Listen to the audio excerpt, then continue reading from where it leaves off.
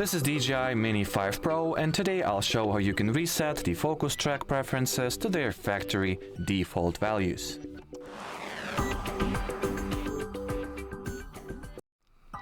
So to start, you will need to make sure that everything is switched on, your aircraft and RC are paired, interconnected. Next, on your remote controller or smartphone, go into the GoFly app or DJI Fly app, excuse me, and then enter the GoFly interface once the remote controller and aircraft are properly connected.